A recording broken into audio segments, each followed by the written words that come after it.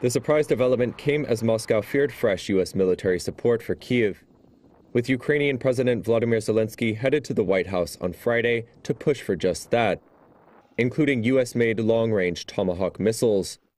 A Kremlin aide said that during the call, Putin told Trump that supplying long-range missiles to Ukraine would harm the peace process and damage U.S.-Russia ties. Trump later joked about the matter with reporters. Well, of course, what do you think he's going to say? Please sell Tomahawks? No, he doesn't want Tomahawk. Tomahawk is a vicious weapon. It's a vicious, offensive, incredibly destructive weapon. Nobody wants Tomahawks shot at him. Zelensky, already in Washington, said Putin's decision to seek talks showed he was on the defensive. In a post on X, he said, quote, "We can already see that Moscow is rushing to resume dialogue as soon as it hears about Tomahawks." Kyiv and Moscow have, of late, been escalating their war with massive attacks on energy infrastructure. Ukraine is seeking missiles that would put Moscow and other major Russian cities within its range of fire. The White House had seemed in recent days to be increasingly frustrated with Putin and leaning toward granting Zelensky fresh support. Yet Trump's conciliatory tone following the Russia call left in question the near-term likelihood of assistance and reignited European fears of U.S. capitulation to Moscow. Since taking office in January, Trump has regularly threatened action against Russia, only to delay those steps after talks with Putin. New Directions Community Credit Union is now open in Titusville. They may be new to our community, but they've been serving our region since 1974, providing their members with affordable products and services. Membership is open to anyone who lives, works, worships, volunteers, attends school, regularly conducts business, or who owns a business in Venango, Forest, Warren, or Crawford counties. Visit their new location at 206 South Martin Street in Titusville to learn more about becoming a member. Best of luck to all the students and athletes this fall from New Directions Community Credit Union. Looking for expert orthopedic care? Dr. Charlie Gates, a trusted name at Titusville Area Hospital, can help you regain mobility and a better quality of life. With years of experience and a passion for personalized care, Dr. Gates specializes in treating a wide range of orthopedic conditions. Whether it's joint pain, sports injuries, or orthopedic surgery, trust Dr. Charlie Gates at Titusville Area Hospital for your orthopedic care. Call 814-827-9770 today to schedule your appointment. Vanderhoof Heating and Air Conditioning provides residential and light commercial air conditioning services throughout the area. They understand the importance of your cooling system working properly. That is why you can trust in Vanderhoof to do the job right. Whether it's a non-working air conditioner, yearly maintenance, or a new install, you can be assured that we will solve your problem quickly and efficiently. Your home's air conditioning system is far more than just temperature. It's a complete comfort system that combines temperature, humidity, air quality, and above all, safety. Vanderhoof Heating and Air Conditioning in Titusville. Titusville Market Square is home to over 100 unique vendors featuring antiques, collectibles, candles, coins, baked goods, dairy products, food items, comic books, toys, and so much more. You'll discover something new every time you walk through the door. Did we mention the selection of baked goods, breads, Clark's Donuts, and Amish pies? Titusville Market Square has you covered. Stop in to explore today. Titusville Market Square in downtown Titusville. Our new home. Somebody pinch me. Somebody say pinch? Pinch, pinch. Pinch time. We mean we just bought this. Yeah, we just bought a new house. Why are there crabs? Don't call for pinches. Call for protection. Hit it. Like a good neighbor, State Farm is there. Your State Farm agent is ready to help you choose the right coverage for your new house and your car. All right, which way to the sea? We're in Ohio. So is that close or? No. You got a pool? No. Like a good neighbor, State Farm is there. I'm Ronnie Long. And I'm Lisa Mellon. The name Armstrong reflects more than just a company. It's a promise. While others focus on the short term, we're building for a future that's limitless. From the dawn of cable television to the rise of the digital age, we've delivered cutting-edge technology like our advanced fiber network that redefines what's possible. Guided by our core values, we have proudly served and strengthened communities like yours for generations. Fat Chad's is Titusville's premier dining destination. Come hungry and enjoy these menu favorites: T-bone steak, homemade meatloaf dinner, or soft shell crab tacos. Dive into fresh pasta entrees like shrimp and scallop pasta or our signature Asiago chicken. And don't miss our famous burgers and fish sandwiches, all served with fresh cut fries. Fridays mean prime rib specials. Enjoy wild game Saturdays. And on Sundays, it's our all-you-can-eat wing buffet. For good food and good times, it's Fat Chad's Brewing in Titusville. 211 is an easy-to-remember telephone number for finding health and human services for everyday needs and in crisis situations. Every day, highly trained 211 call specialists provide referrals to basic human needs resources like food banks and shelters, physical and mental health, employment support, support for youth and child care programs, and support for adults and persons with disabilities. To learn more, dial 211 or visit pa211nw.org. Highly respected by President Donald Trump's former national security advisor John Bolton was charged on Thursday with sharing sensitive government information, an alleged violation of the Espionage Act. The sweeping 18-count indictment accuses Bolton of sharing notes with two of his relatives for possible use in a book he was writing. The shared materials allegedly included more than 1,000 pages of information about his day-to-day activities as national security advisor, including top-secret information. The indictment does not identify the relatives, but two people familiar with the matter said they are Bolton's wife and daughter. Prosecutors also said Bolton failed to disclose that he had stored classified information on an email account that was hacked by a cyber actor tied to the Iranian government after Bolton left government service. Bolton's lawyer denies that he unlawfully shared or stored any information. And in a statement, Bolton said, quote, "I look forward to the fight to defend my lawful conduct and to expose his abuse of power." Trump was asked about the indictment on Thursday. I didn't know that. You tell me for the first time, but I think he's, a bad person. I think he's a bad guy. Yeah, he's a bad guy. It's too bad, but it's the way it goes. The indictment marks the third time in recent weeks the Justice Department has secured criminal charges against one of Trump's critics. In recent months, the president has actively pushed Attorney General Pam Bondi's Justice Department to bring charges against his perceived adversaries, including former FBI Director James Comey and New York Attorney General Letitia James. Inside the Justice Department, according to a person familiar with the matter, the case against Bolton is viewed as stronger than the prosecutions of Comey and James. No court appearance date was listed for Bolton as of Thursday evening. Each count is punishable by up to 10 years in prison if Bolton is convicted, but any sentence would be determined by a judge based on a range of factors.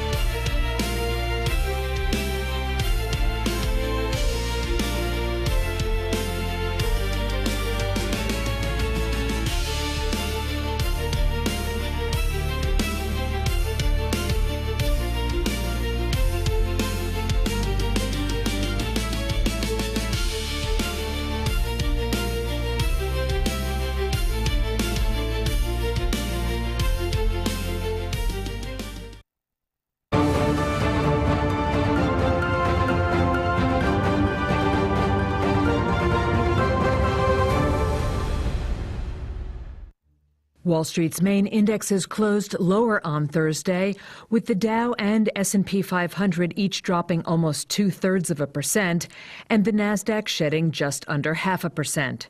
Signs of weakness in regional banks spooked investors. Shares of Zions Bank Corporation tumbled 13% after the lender disclosed an unexpected loss on 2 loans in its California division. And shares of Western Alliance slumped nearly 11% after it said it initiated a fraud lawsuit against one of its borrowers. These added to jitters about commercial lending, sparked by the September collapses of U.S. auto parts supplier First Brands and car dealership Tricolor, explains Skylar Wynand, Chief Investment Officer at Regan Capital.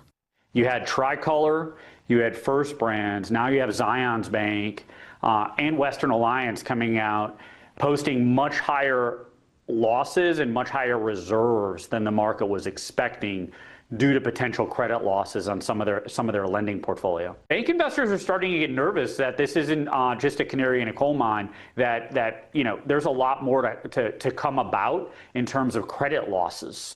Stocks on the move Thursday included Hewlett-Packard Enterprise, which slumped 10% after the technology company forecast annual profit and revenue below Wall Street expectations. Shares of J.B. Hunt jumped 22% after the trucking firm reported third-quarter profits. And shares of Marsh & McLennan dropped 8.5% after the insurer reported flat operating margins and slowing growth in its risk and insurance business.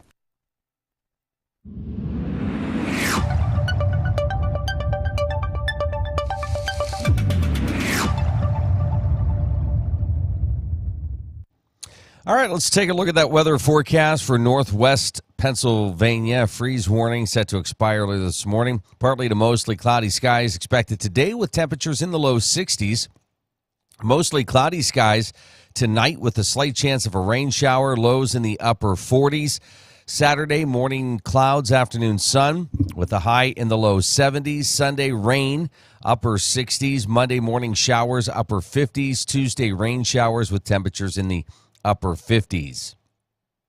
That is a look at your weather forecast at 7:13. This is the Morning Drill. You're watching it on Stream TV and on the Armstrong Neighborhood Channel. Hello, Friday. It's good to see you. Today's gonna be a good day. Thanks for starting your Friday with Luke and Amy on the Morning Drill. Hello, Friday. It's good to see you. Today's gonna be a good day. Thanks for starting your Friday with Luke and Amy on the Morning Drill. It's finally Friday and wraps up a crazy week and a busy, fun week, but still, it's good that it's Friday. Glad you're with us here this morning. Amy's got birthdays, what we're celebrating, not just today, but through the weekend. That's coming up here in just a few moments. I am going to be thrown off all day. Because you don't have a game tonight? Well, no, we had the football game last night, so now, last night it was like, oh, it's Friday, so I don't know what to do here this morning. Like, I packed a lot into yesterday. A lot. Just saying. You packed a lot into? And yeah, like I left here, worked out of town. Oh, okay. Yeah. And then from that, when I finally got back into town, it was boom, boom, boom. A lot going on. Mm-hmm. So we started the week doing a really cool thing, and then some technical glitches to start the week. Technical glitches this morning, so we do apologize for those just joining us. Happy Friday. Glad you're with us here this morning. I think things are... You think? Are fixed. It's always something. But it didn't help, for what we had to do at the beginning of the week. You know, you're pulling from some stuff that we have here and in the studio, and it's making sure it got hooked up properly.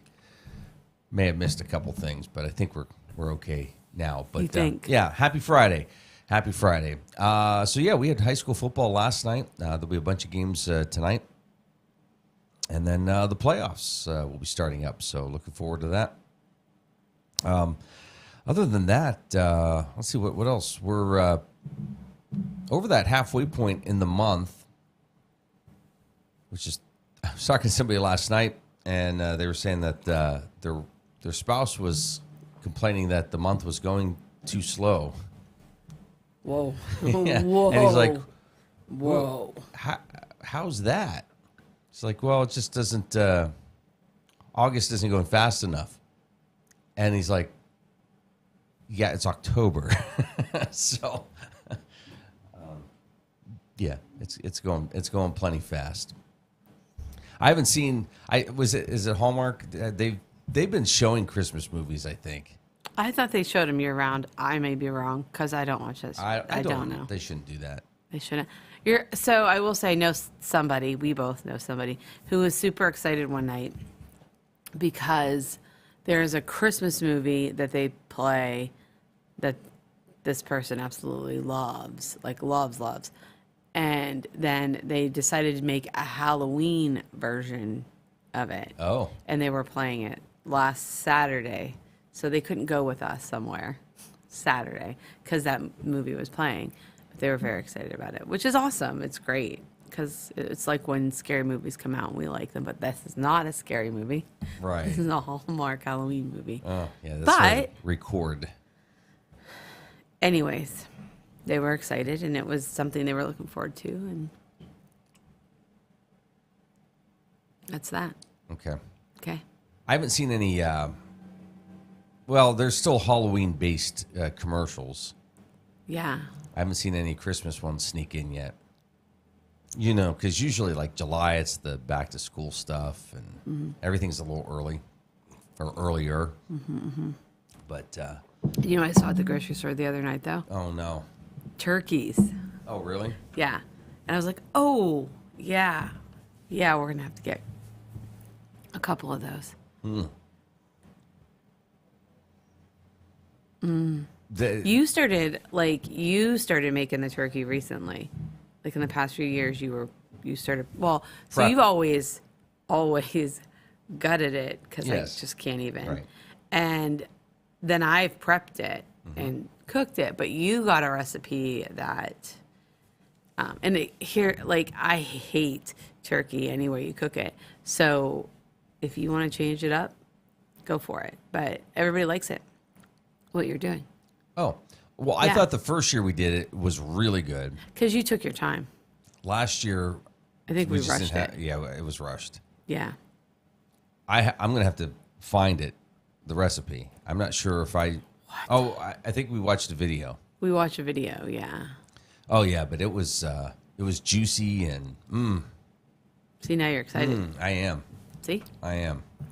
See how that goes? It was one of my favorite meals of the year. Yeah. Just that Thanksgiving. Oh, see, now I'm hungry. Sorry. Oh, man. We got a busy morning ahead.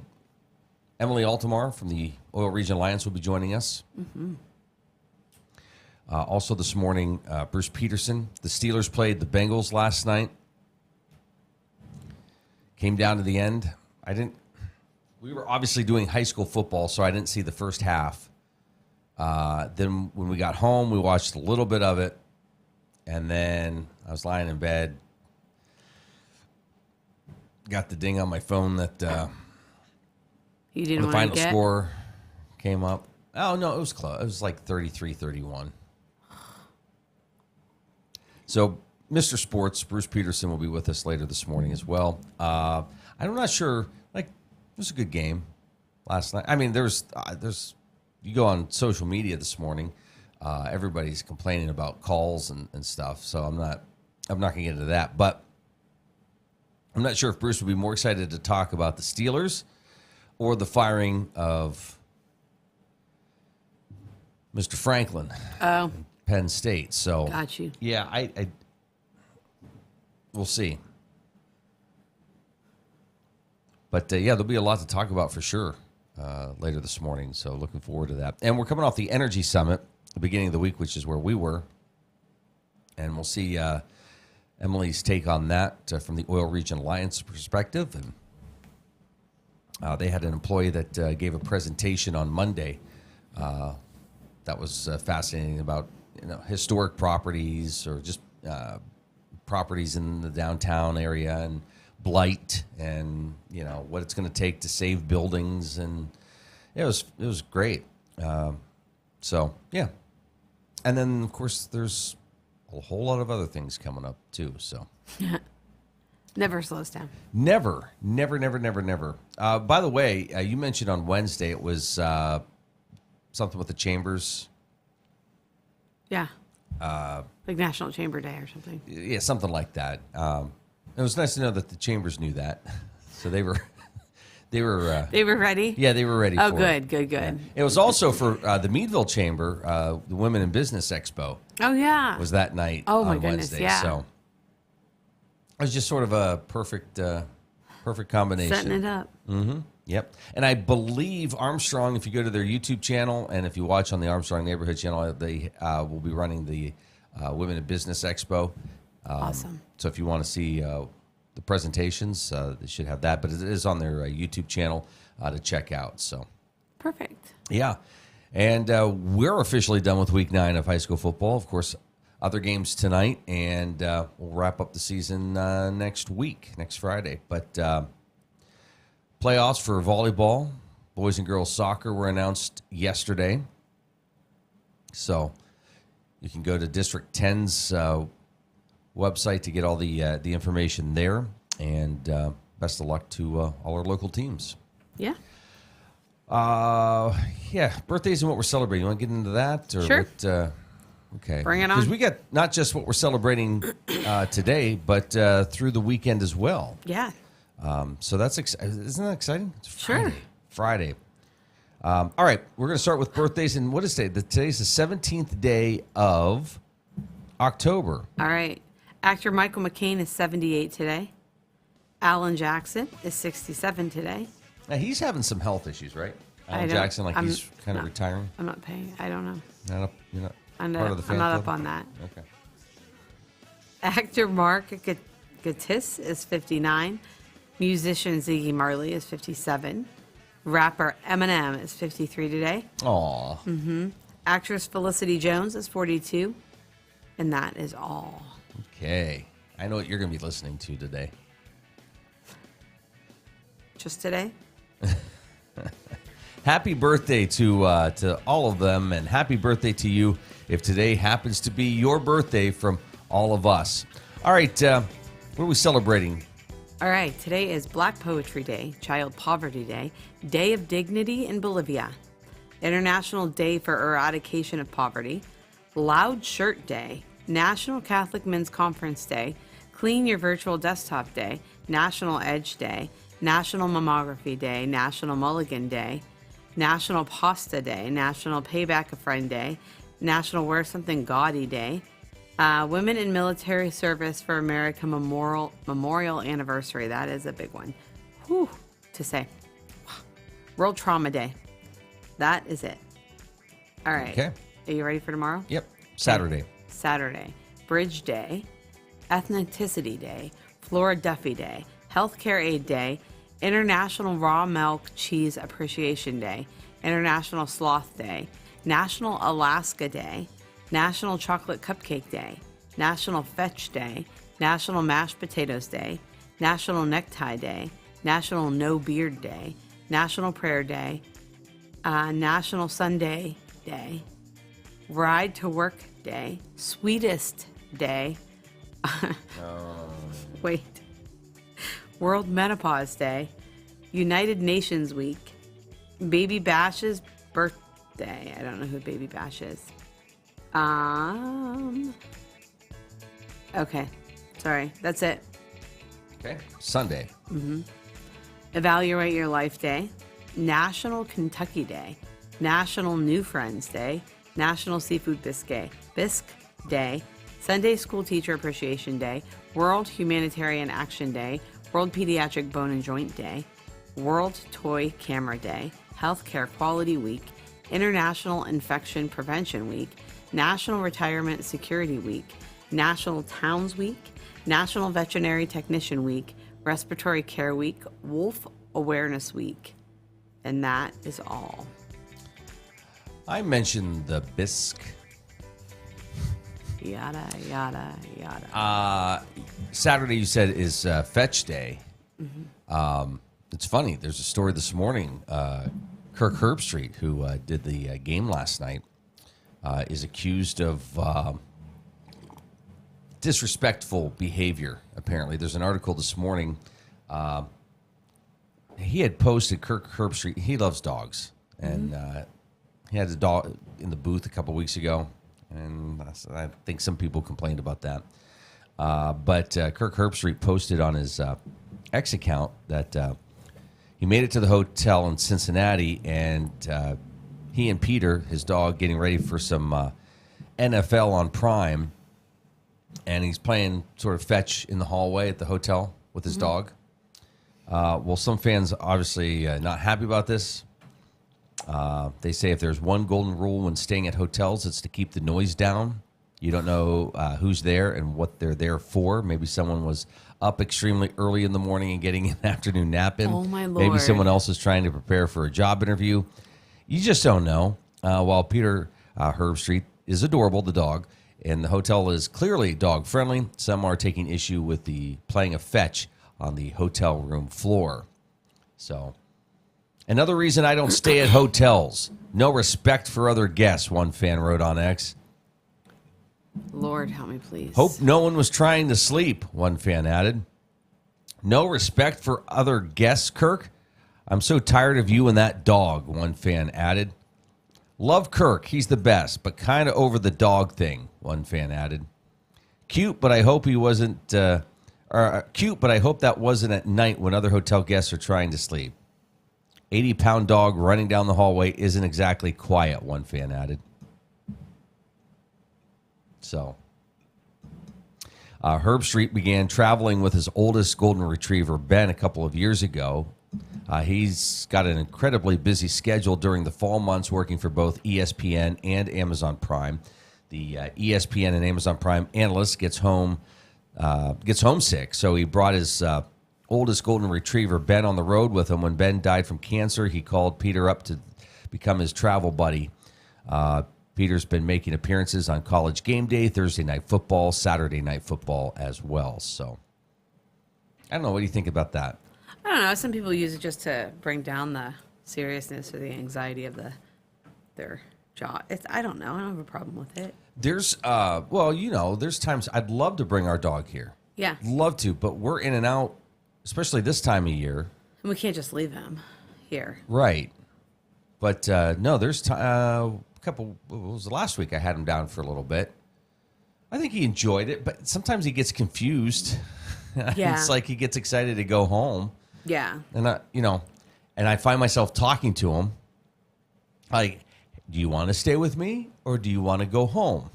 And he gets excited about that. When you say home. Home. Right. And then it's like when you get home, he's excited to be there, but then he's looking at you as you're leaving. It's like, you're supposed to stay here with me. Right. So I'm excited, though, because we don't have a game tonight. I get to hang out with the dog. Hang out with our dog tonight. So, yeah. Oh, and you and our kid, I guess. Technically not me. I won't be around. Yeah. Tonight? I'm saying after all that stuff. Oh, okay. I mean, you're more than welcome to hang out with the dog instead of. Yeah. Okay. What else I'm doing?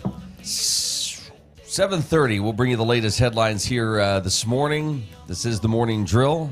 Happy Friday, everybody. Friday, it's good to see you. Today's gonna be a good day. Thanks for starting your Friday with Luke and Amy on the Morning Drill. Hey, journey. Hey, U.S. President Donald Trump and Russian President Vladimir Putin agreed on Thursday to another summit on the war in Ukraine. After a more than 2-hour phone conversation that he called productive, Trump said he could meet with his Russian counterpart within the next 2 weeks in Budapest. The Kremlin confirmed plans for the meeting, though neither side provided a date. The surprise development came as Moscow feared fresh U.S. military support for Kyiv. with Ukrainian President Volodymyr Zelensky headed to the White House on Friday to push for just that, including U.S.-made long-range Tomahawk missiles. A Kremlin aide said that during the call, Putin told Trump that supplying long-range missiles to Ukraine would harm the peace process and damage U.S.-Russia ties.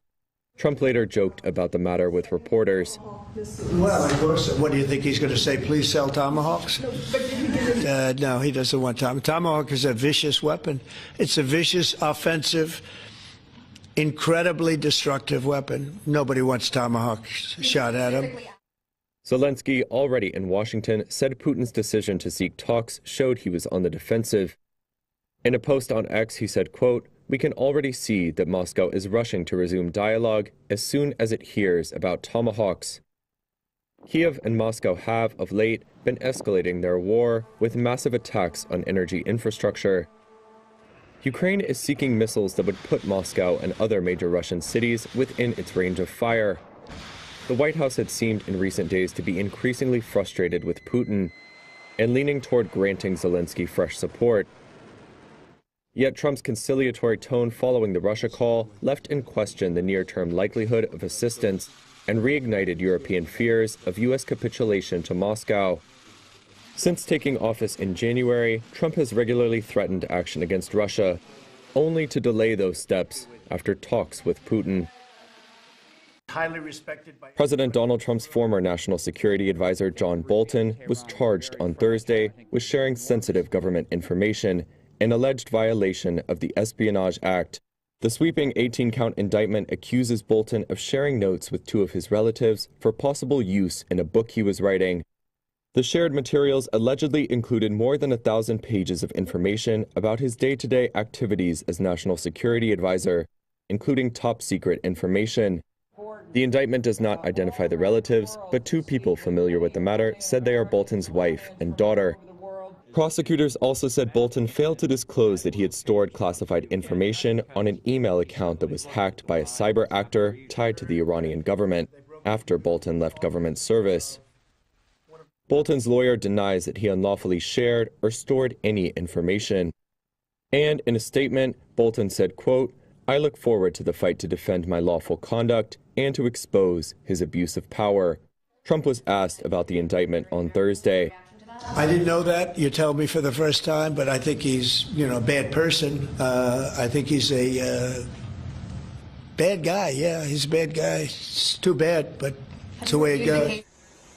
The indictment marks the third time in recent weeks the Justice Department has secured criminal charges against one of Trump's critics. In recent months, the president has actively pushed Attorney General Pam Bondi's Justice Department to bring charges against his perceived adversaries, including former FBI Director James Comey and New York Attorney General Letitia James. Inside the Justice Department, according to a person familiar with the matter, the case against Bolton is viewed as stronger than the prosecutions of Comey and James. No court appearance date was listed for Bolton as of Thursday evening. Each count is punishable by up to 10 years in prison if Bolton is convicted, but any sentence would be determined by a judge based on a range of factors.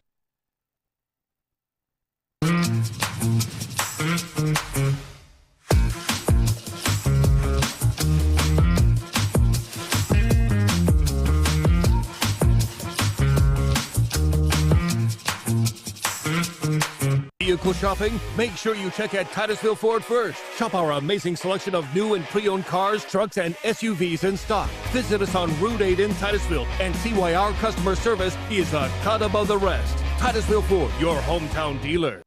Marsh Home Center Furniture, Appliances, and Bedding is located at 305 East Spring Street in Titusville. Marsh Home Center welcomes you in to explore their growing inventory of name brand furniture, appliances, and bedding. Need something not currently in stock? No problem. Order from Marsh's online catalog and have it delivered right to your door. Visit Marsh's to see their entire showroom, ask questions, see what items are on sale, or just stop in and say hi. Marsh Home Center Furniture, Appliances, and Bedding, behind Giant Eagle in Titusville.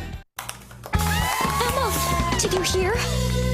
Todd's in the hospital. Who's Todd? He got a collapsed lung from vaping. He thought it was cool. Not cool. Promise you won't vape, Emma. It can lead to a lifelong addiction, and we can't be friends if your lungs collapse. bogus. Wacky sitcom teens aren't the best people to talk to your kid about vaping. Hey, you got a minute? You are. Start the conversation with your child about vaping today.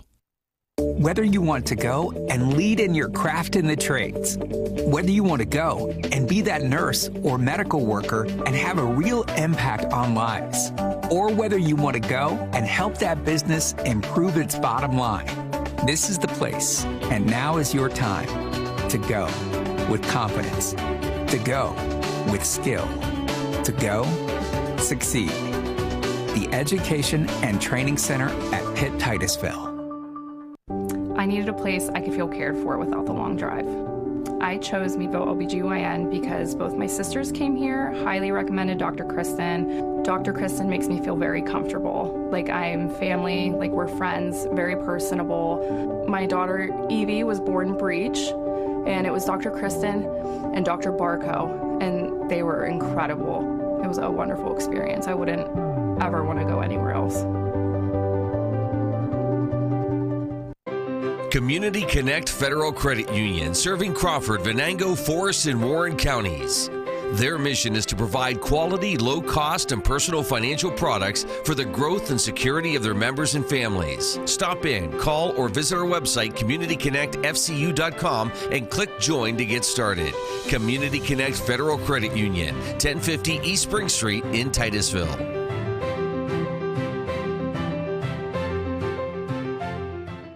I'm Ben Leach, Republican nominee for Magisterial District Judge, reminding you to get out and vote Tuesday, November 4th. As the only candidate with over 13 years of real courtroom experience and a dedicated career in the justice system, I've consistently demonstrated the ability to remain fair and impartial. As I continue my lifelong dedication to serving our community, I strive to be the kind of leader our citizens deserve. On November 4th, vote with confidence for a candidate who is qualified day one, bringing the experience needed to serve as your next Magisterial District Judge. This month, get up to $3,000 more for your trade at Community Chevy's Flip or Treat sales event. Is your old ride's condition scary? And you're tired of the same online tricks? At Community, get up to $3,000 more when you flip your old ride for a nicer, newer one. And if another dealer offers more for your trade, we'll treat you to a free $50 gas card. Either way, you can save over $11,000 off best-selling trucks like the new Silverado. The Flip or Treat sales event, this month only at Community Chevy.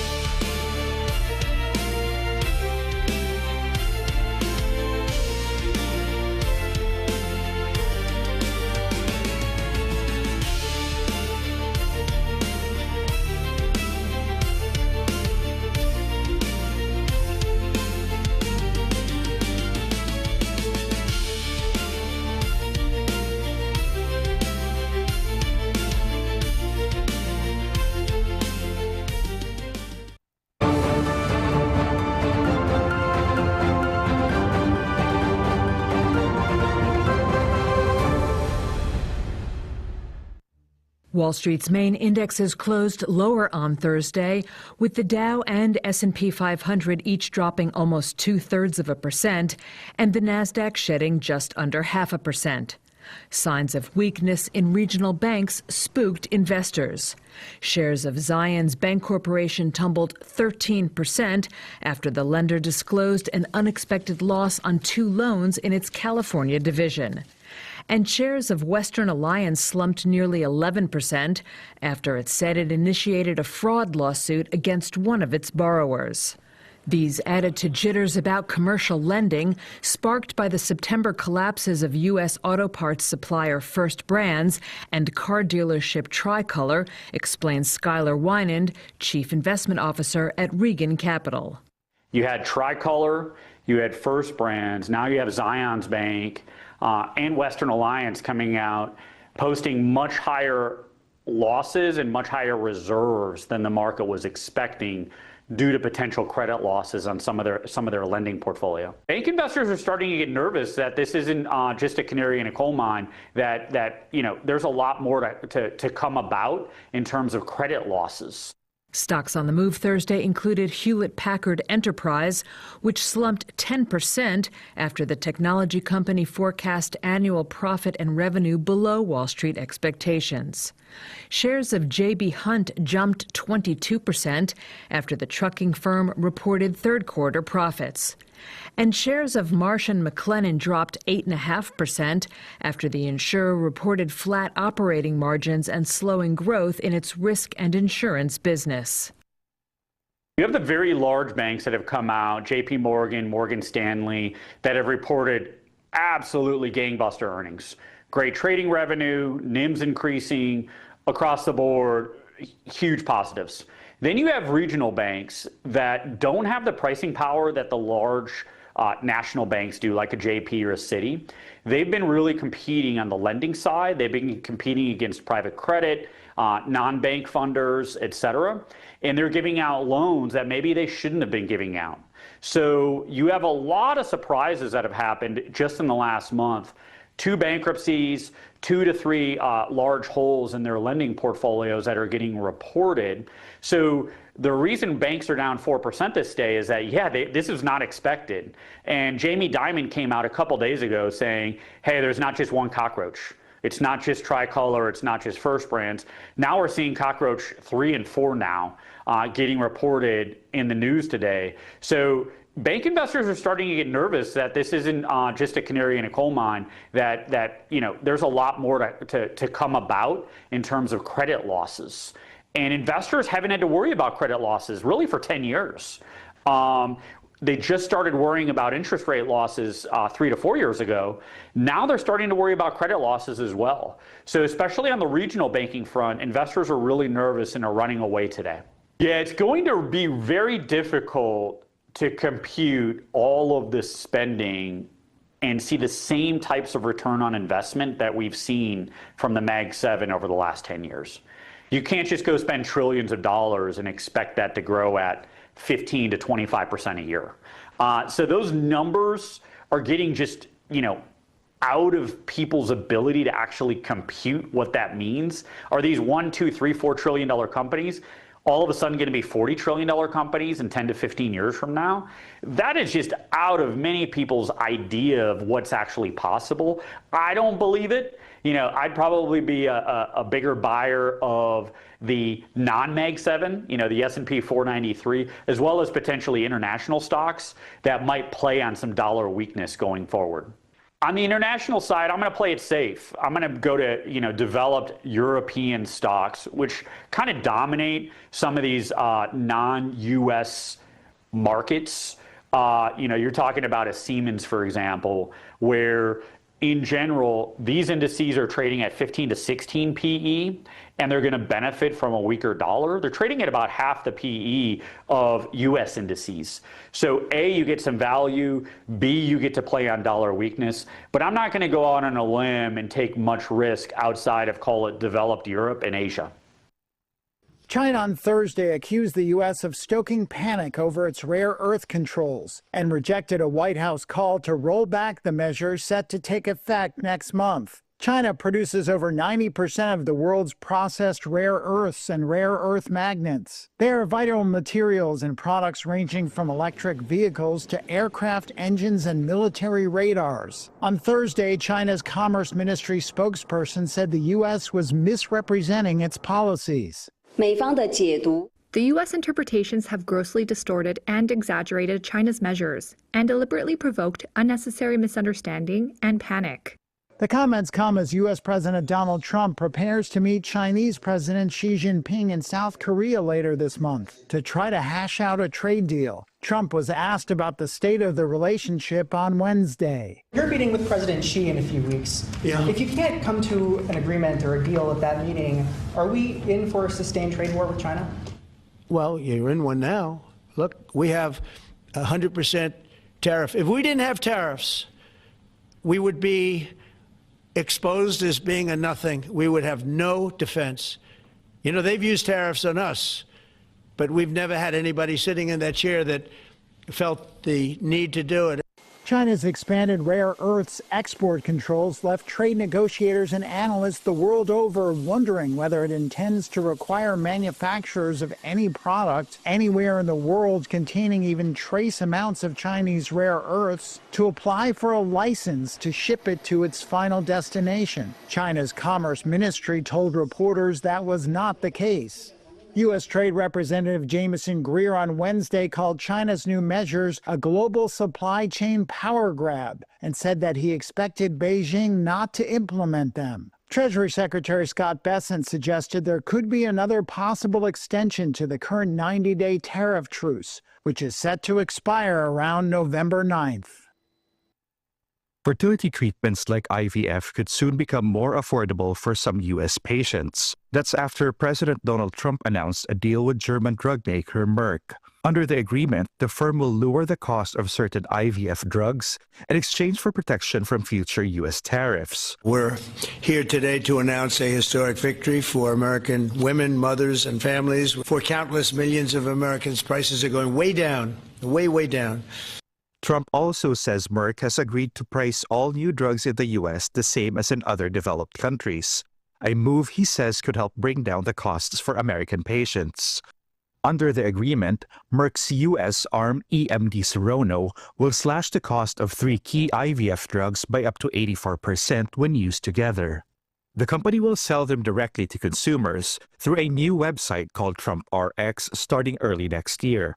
Merck also plans to fast-track approval for a new IVF drug called Pergoveris, using a special FDA program that cuts review times from up to a year to just a couple of months. The deal also includes a promise from Merck to shift more of its drug production to the U.S., aligning with the administration's push to bring manufacturing home. And they'll bring a significant portion of their drug manufacturing back to the United States. So they're going to bring it largely back into the United States. And that's for a lot of reasons, maybe most importantly because of the tariffs, because if they do it here, there are no tariffs. The White House says the deal could save families around $2,200 per IVF cycle, with treatments typically costing between $12,000 to $25,000. The administration is also expanding access to fertility care through insurance, with companies permitted to offer standalone fertility coverage as part of its employee benefits. Officials say small businesses can offer the coverage separately, but there's no mandate and no government subsidies. This is a new fertility benefit option that employers can immediately offer to their employees starting today, similar to how dental, vision, and life insurance are currently offered. Merck joins Pfizer and AstraZeneca in offering discounts for lower-income Americans through Medicaid in exchange for tariff relief. IKEA's annual sales fell for a second consecutive year. Reporting its results late Thursday, the budget retailer stuck to a strategy of cutting prices to attract cash-strapped consumers and gain share in a fiercely competitive market. Having hiked prices during the pandemic due to supply chain disruptions, the world's biggest furniture retailer has cut prices by 10% on average over the past 2 years. That's as high inflation and weak housing markets worldwide dented consumers' demand for furniture and homewares. Global IKEA retail sales in the 2025 financial year, which ended on August the 31st, fell 1% to just under $52 billion. The total number of products sold, however, was up 3%, with customer numbers and store visits also up. In the US, IKEA has raised prices on some products due to higher tariffs on imports. The firm competes there with Wayfair and Walmart, but more of its furniture is made in factories in Europe, giving it a slight advantage over retailers relying on imports from China, which face a higher tariff rate. English winemakers are toasting the country's warmest summer on record and hoping it's the springboard for a big jump in exports. Wineries that emerged as niche producers in the 1990s are fast growing in size as the conditions for grape growing improve. Production has risen by an average 7% per year since 2000, and it looks set to keep growing, with land dedicated to vines increasing by almost a third just between 2020 and 2024. But English wine isn't cheap, with the biggest brands at $40 or more per bottle, and domestic sales were flat last year. That has producers looking overseas for growth. Brad Greatrix is senior winemaker at Nytimber, one of the country's top wineries. The UK there's tremendous demand for our wines locally as well, but export is where the real growth is in the coming period. Days before this year's crop of grapes was brought in, English vineyards got another timely boost. A sparkling wine from the country beat French champagne to win one of the industry's top awards. That's the kind of thing that helps boost the profile of English wine in export markets like Japan, China and Norway. At this brasserie in Oslo, sommelier Alexander Iversen says customers are getting a taste for the product. They are quite curious and surprised that they produce wine in England. And then you talk about how they've done it in the 60s, and actually since the Roman age, and the legionnaires didn't want to go to a place if it weren't possibility to either do wines or olives. And then they suddenly get very curious, moving up a bit, and then when they try it, they are sold. Norway tops the list of buyers by volume. Since 2015, its imports of English wine have gone from a mere 451 litres to over 111,000 litres last year. Investors and wine companies have woken up to the potential, with producers from the US, Australia and France all snapping up land in England suitable for vines. But climate change could yet prove a mixed blessing for winemakers. Though temperatures are on the up, so are unpredictable weather events. Persistent wet weather in 2024, for example, slashed output by a half. Even so, the years ahead look like they could be a vintage period for English wine. From a costly government shutdown to sky-high tech earnings, this is the week in numbers. $15 billion is how much the US government shutdown could cost the country in lost output. That was the word from a US Treasury official. The dispute has dragged on for more than 2 weeks with no signs of a resolution. Treasury Secretary Scott Bessent argued the shutdown was the only thing slowing down an investment boom in the US. 39.1% was the jump in earnings reported by chip giant TSMC, taking its profits to a record high. The third quarter number smashed market expectations as the company rode the AI boom on demand from majors like Apple and Nvidia.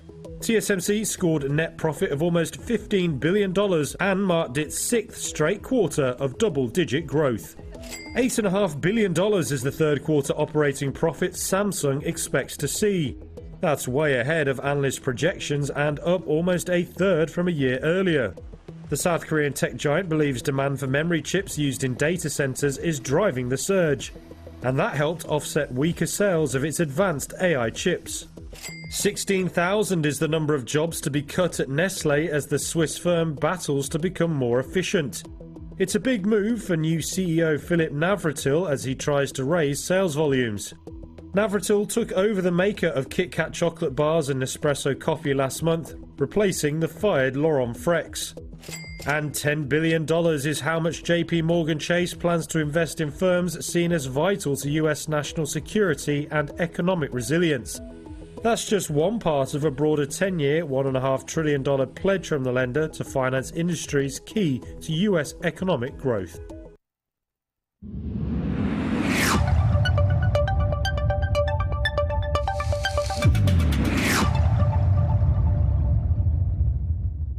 All right, let's take a look at that weather forecast for northwest Pennsylvania. Partly to mostly cloudy skies today with temperatures in the low 60s. Mostly cloudy skies tonight, slight chance of a rain shower, lows in the upper 40s. Saturday, morning clouds, afternoon sunshine, low 70s. Sunday, rain, upper 60s. Monday, morning rain showers, upper 50s. Tuesday, showers with temperatures in the upper 50s. That is a look at your weather forecast at 7:56. This is the Morning Drill. You're watching it on Stream TV and on the Armstrong Neighborhood Channel. Well, the Steelers played the Bengals last night and lost. I just saw a stat that Mike Tomlin's Thursday night losing streak continues. He does well, I think, Monday nights. It's Thursday nights that total opposite. Yeah. So, and then this story here this morning, the NFL trade deadline is coming up. Let's see, November 4th. So it's rapidly approaching. The Pittsburgh Steelers could have a few folks to deal if they're looking to add to their roster or make some changes. At the top of that list, could Mason Rudolph be traded? He's on the list. Poor guy. Alex Highsmith might be somebody who is on that list. Pat Freiermuth. What? Might be on that list. There's been a lot of talk about him the last couple weeks. So, yeah, Did we we'll get see. our son that jersey? No. No. Every Steeler jersey he gets, that season, the Steelers get rid of him. Yeah. So, no more. I told him, I said, no more. Just get a generic Steelers jersey and maybe a Sharpie marker or something that you can just write somebody's name. A dry erase. Dry erase number. Jersey. Yeah. I wonder if we could do that. Let's create some dry erase jerseys. There you go. Yeah.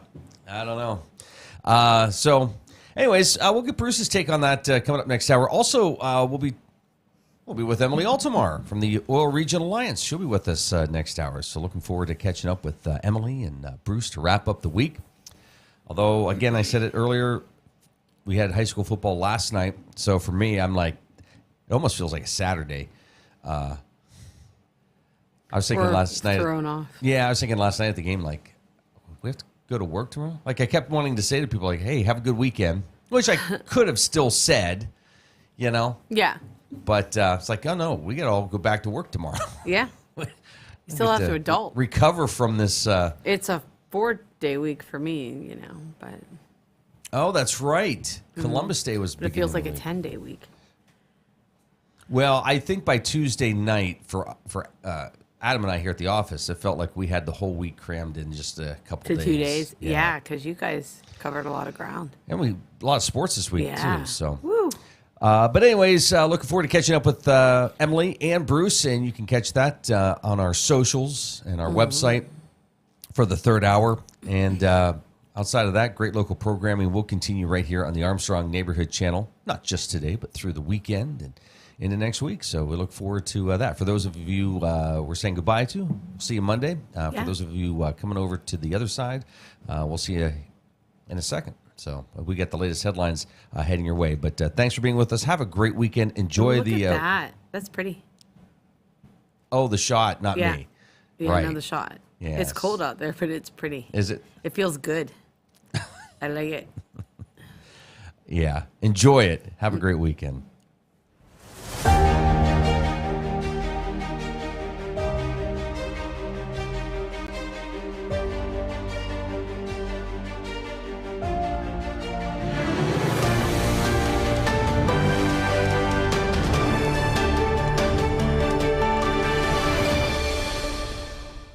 Highly respected by President Donald Trump's former national security advisor John Bolton was charged on Thursday with sharing sensitive government information, an alleged violation of the Espionage Act. The sweeping 18-count indictment accuses Bolton of sharing notes with two of his relatives for possible use in a book he was writing. The shared materials allegedly included more than 1,000 pages of information about his day-to-day activities as National Security Advisor, including top-secret information. The indictment does not identify the relatives, but two people familiar with the matter said they are Bolton's wife and daughter. Prosecutors also said Bolton failed to disclose that he had stored classified information on an email account that was hacked by a cyber actor tied to the Iranian government after Bolton left government service. Bolton's lawyer denies that he unlawfully shared or stored any information. And in a statement, Bolton said, quote, "I look forward to the fight to defend my lawful conduct and to expose his abuse of power." Trump was asked about the indictment on Thursday. I didn't know that. You tell me for the first time, but I think he's, a bad person. I think he's a bad guy. Yeah, he's a bad guy. It's too bad, but it's the way it goes. The indictment marks the third time in recent weeks the Justice Department has secured criminal charges against one of Trump's critics. In recent months, the president has actively pushed Attorney General Pam Bondi's Justice Department to bring charges against his perceived adversaries, including former FBI Director James Comey and New York Attorney General Letitia James. Inside the Justice Department, according to a person familiar with the matter, the case against Bolton is viewed as stronger than the prosecutions of Comey and James. No court appearance date was listed for Bolton as of Thursday evening. Each count is punishable by up to 10 years in prison if Bolton is convicted, but any sentence would be determined by a judge based on a range of factors. Interstate Pipe and Supply takes pride in providing superior customer service. That's why our dedicated employees are well trained and have the experience to offer friendly, quick, and reliable service and support. Need materials delivered to your job site? No problem. Interstate offers fast delivery from our 4 locations in Western Pennsylvania. We also serve Eastern Ohio, Northern Western Virginia, and Western New York. Service means business at Western Pennsylvania's premier pipe and supply company, Interstate Pipe and Supply. Anyone with a kind and generous heart and a little money can be a philanthropist. You too can be a force for good in our community, and the Crawford Heritage Community Foundation is here to help you make the most of your charitable giving. We've partnered with hundreds of people like you to make our world and our community a better place. You can give through us to support scholarships or any charitable organization or purpose. Whether you're interested in establishing a permanent endowment or adding to an existing fund, we want to be a part of your plan. Contact us when you're ready to make your mark. Together, we can make your contribution go further. The Gordon B. Garrett Funeral Home has been serving the needs of Titusville and surrounding communities since 1965. Mr. Garrett believed in tradition and commitment to excellence, standards that have been passed down from one generation to now a new generation, who will work to provide you with a beautiful, lasting tribute to your loved one. When you need them, they will be there for you. This has been their foundation for almost 60 years. The Gordon B. Garrett Funeral Home, 303 North Washington Street in Titusville. Share the fun of train travel and relive our country's oil history as you ride the OC&T through the valley that changed the world. Learn about the past while traveling on vintage cars. See a variety of wildlife with stops at Drakewell Park, Petroleum Center, and Oil Creek State Park. Arrive early and see the vast collection of train and railroad memorabilia at Perry Street Station. After the ride, enjoy a night's stay at the Caboose Motel. For seasonal specials or for more information, visit octrr.org or call 814-676-1733.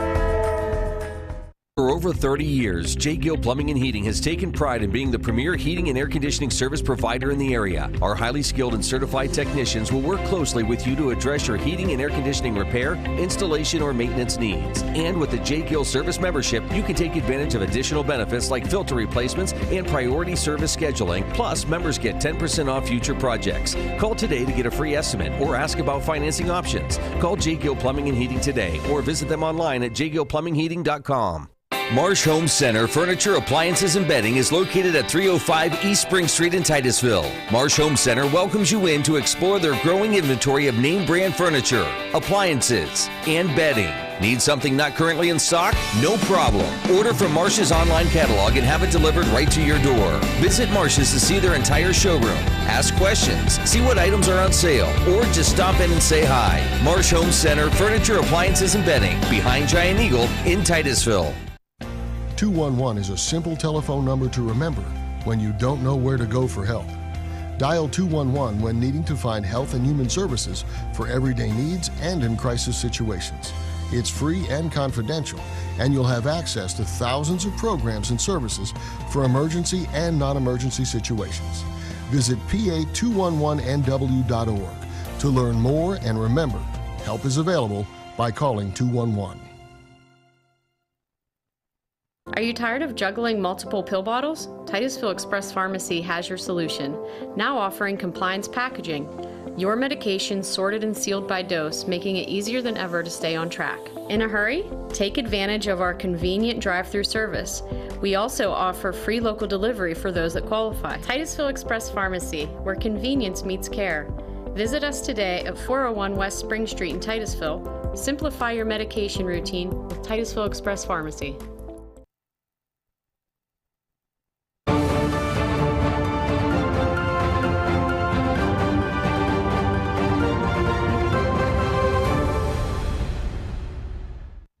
Wall Street's main indexes closed lower on Thursday, with the Dow and S&P 500 each dropping almost 0.2% and the Nasdaq shedding just under 0.5%.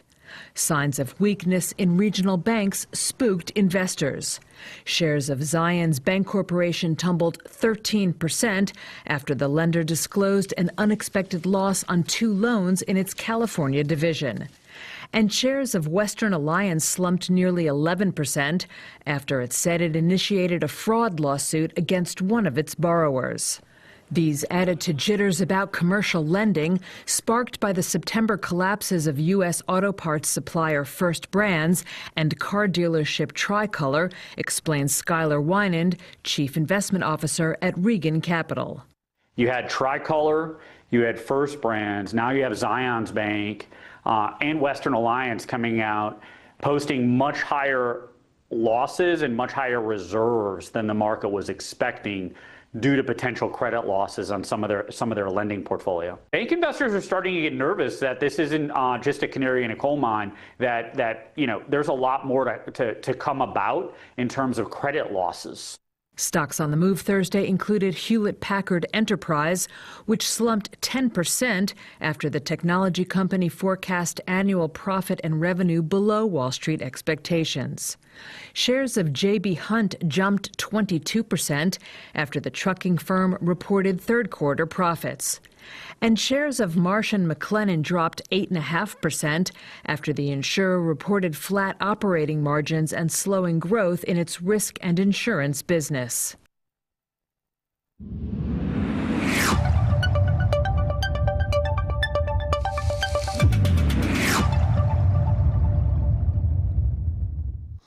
Real quick, that forecast for northwest Pennsylvania on your Friday. You've got partly cloudy skies expected today with temperatures in the low 60s. Mostly cloudy skies tonight, slight chance of a rain shower, lows in the upper 40s. Saturday, morning clouds, afternoon sun, and low 70s for a high. Sunday, rain, upper 60s. Monday, morning rain showers, upper 50s. And Tuesday, showers with temperatures in the upper 50s. That is a look at your weather forecast at 8:09. This is the Morning Drill. You're watching it on Stream TV and on the Armstrong Neighborhood Channel. Happy Friday.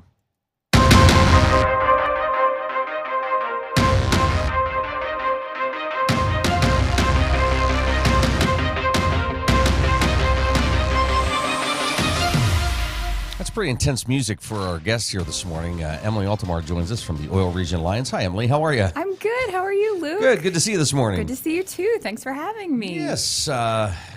What's been going on? Everything. Somehow it's, September flew by. It was a flurry of activity, and October is the same way. Here we are, middle of the month. Lots going on. Fun and exciting things all the time. Yeah. So catch us up. What have you been working on? What's coming up? So we had, which you and I talked about, the Kayak Adventure Series, because we followed up from that last month, but that was awesome. So many kayak fishermen coming into the region to compete and hang out and get exposed to the wonders of Northwest Pennsylvania and Oil Region Waterways. So that was successful and a lot of fun. We hope to have all of those people back again. Can't do it every year, but hopefully we'll be able to get them back in the next few years for sure. So that was mid-September. We had the Oil Region Alliance's annual meeting. If you have any interest in learning more about the Oil Region Alliance, we've got the newest annual report is on the website, oilregion.org. You can find it there. We also have hard copies in our office.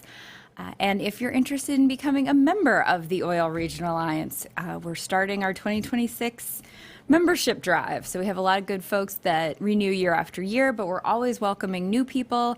So if you have any interest, you have any questions, you've been hearing about the projects we're doing, things with, the campus and brownfield remediation and orphan wells and all kinds of things, outdoor recreation, development, promotion, tourism, obviously. Reach out, get in touch. We're happy to answer your questions, give you more information. So you can also find membership information on the website. Awesome.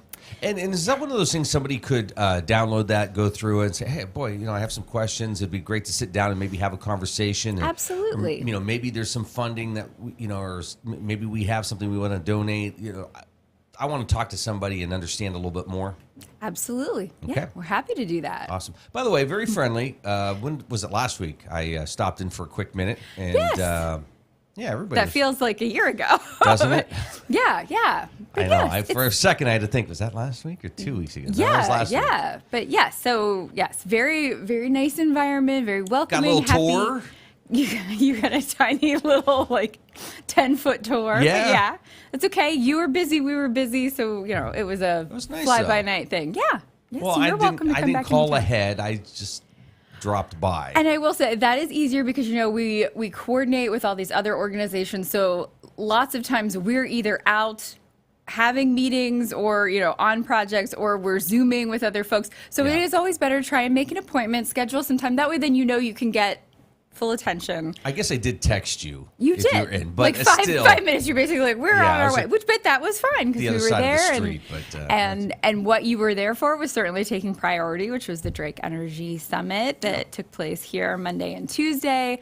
I'm only hearing rave reviews. The only thing that I participated in was Tuesday night, the dinner kind of wrapping up.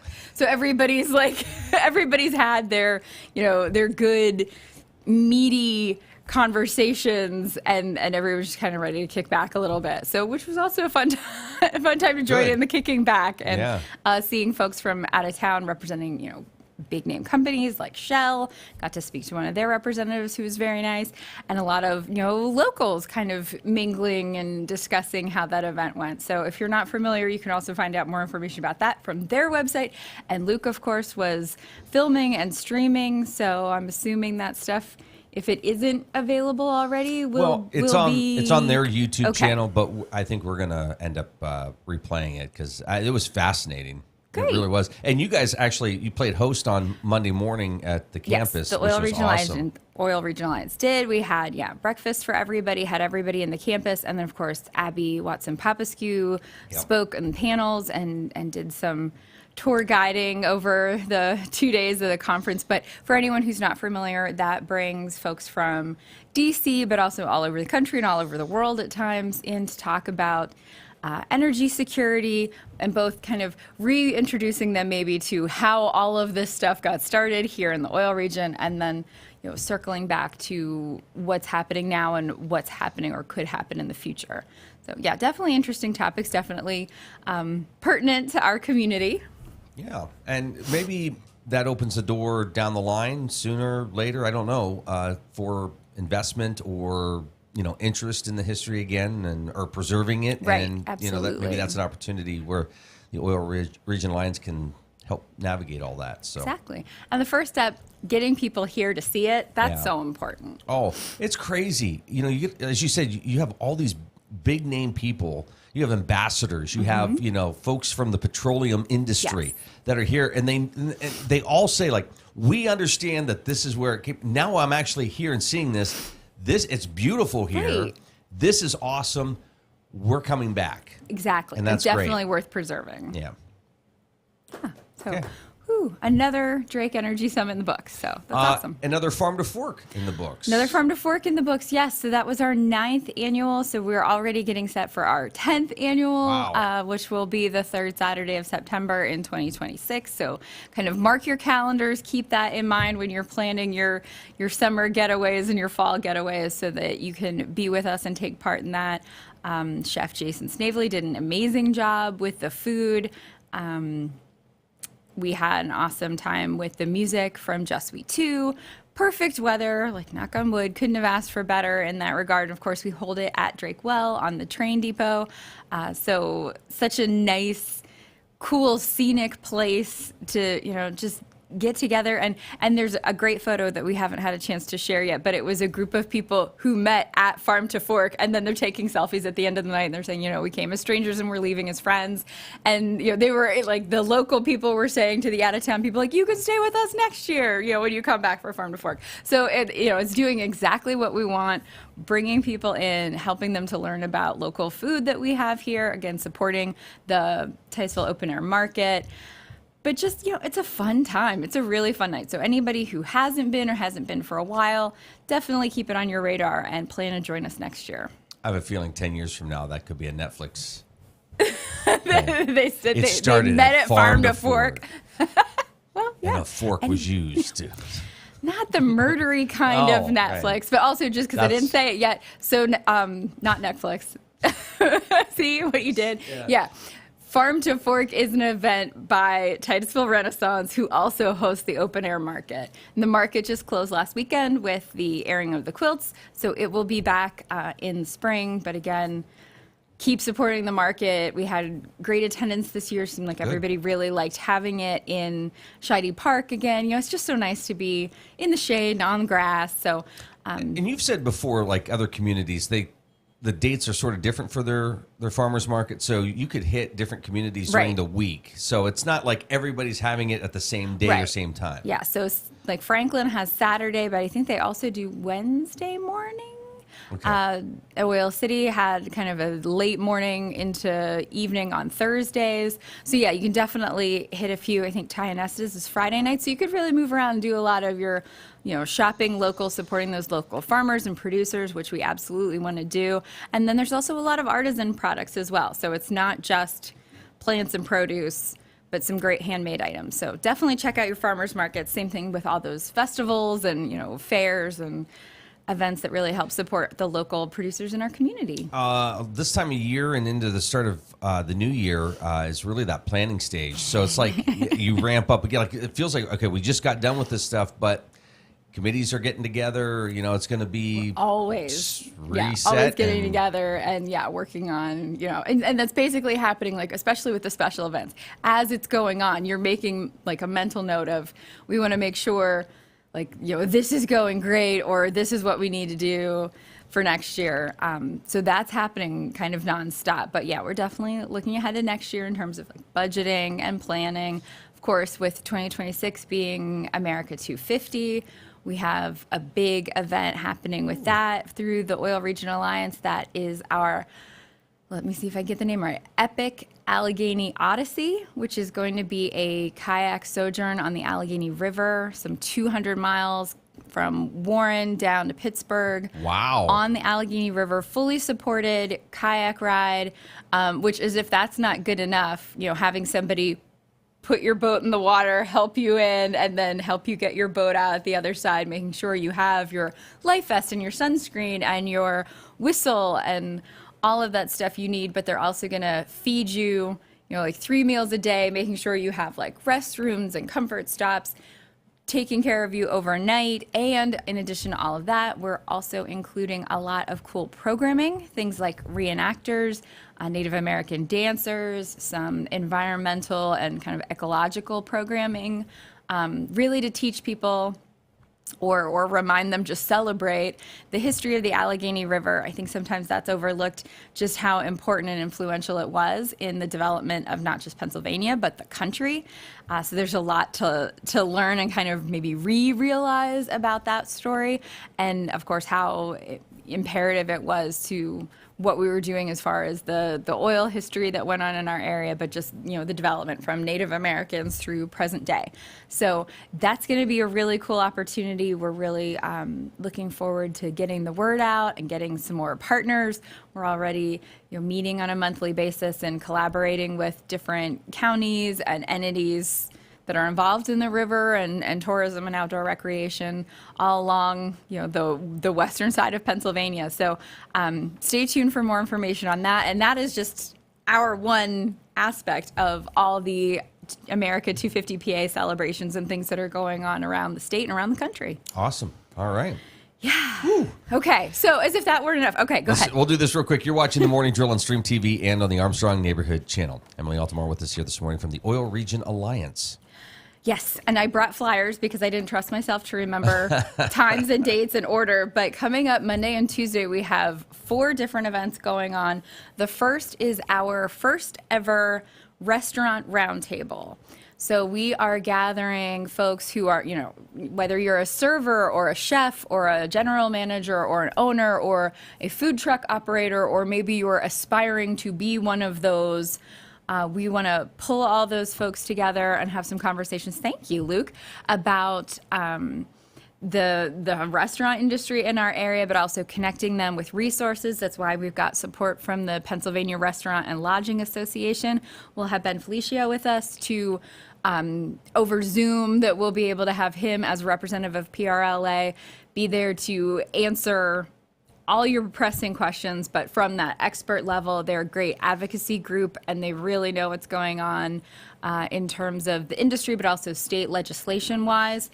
So we're excited to have Ben, and we're excited to have that event on Monday morning.